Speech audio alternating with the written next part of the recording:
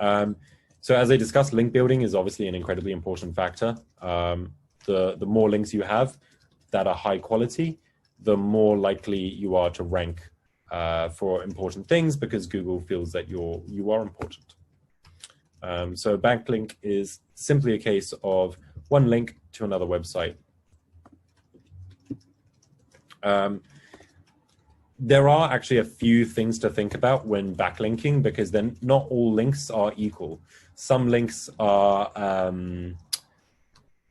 not just more valuable than others, but you can also create a setting or a functionality which tells Google not to send any SEO juice.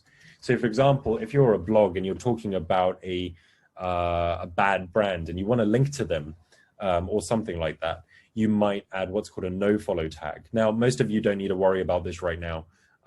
It's just I say fun fact, but pretty much only fun for me.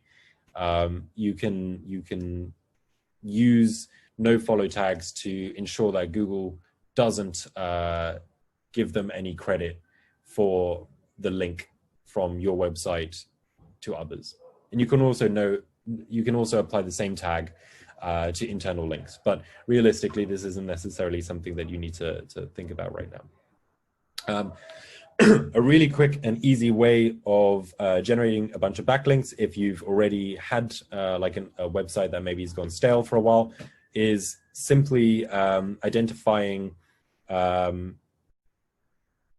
websites that have linked to you in the past, and maybe the links now result in 404 errors, or which is a page not found. So maybe you've updated the URL of a page and the other side hasn't, or maybe they're linking to the wrong page, or maybe they've stopped linking to you. What you can do is you can basically speak to them and you can say to them, hey, can you update this?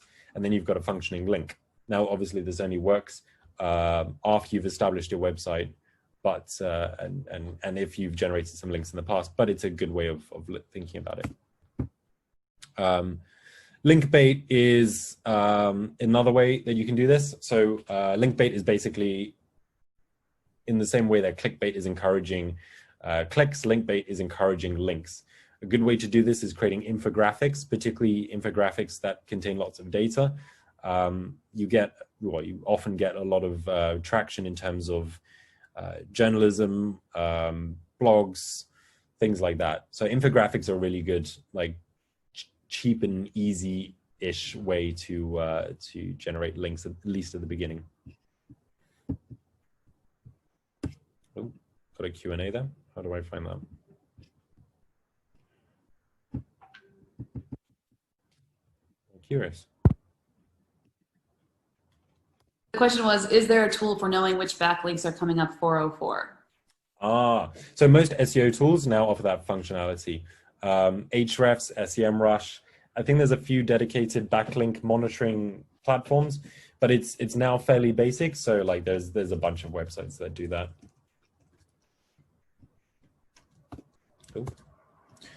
Resource page link building. I love doing this.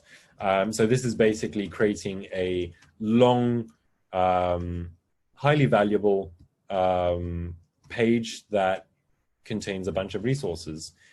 So for example, I'm moving to Taiwan very shortly, and I noticed that there isn't a great single page of resources for all the startup information in Taiwan. So what I'm going to do is I'm going to create one like master page, and then I'm going to add all the information I can to different platforms, different services, different communities over there. And then I'll reach out to say, hey, I linked to you, and B, here's some really valuable content. Oh, hi, Timothy. And then we'll add like lots of valuable content, and then we'll reach out to other communities and say, hey, look, are you interested in learning more about the Taiwanese startup culture system? Then you can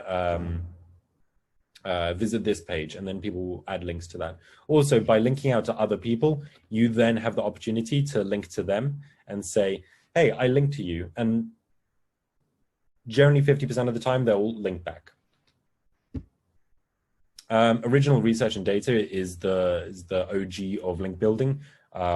Conducting big surveys, gathering unique types of data or coming up with unique content. This is the most effective way, but it is also probably the most time consuming and arguably expensive, because you probably have to like either buy data or spend money on gathering data.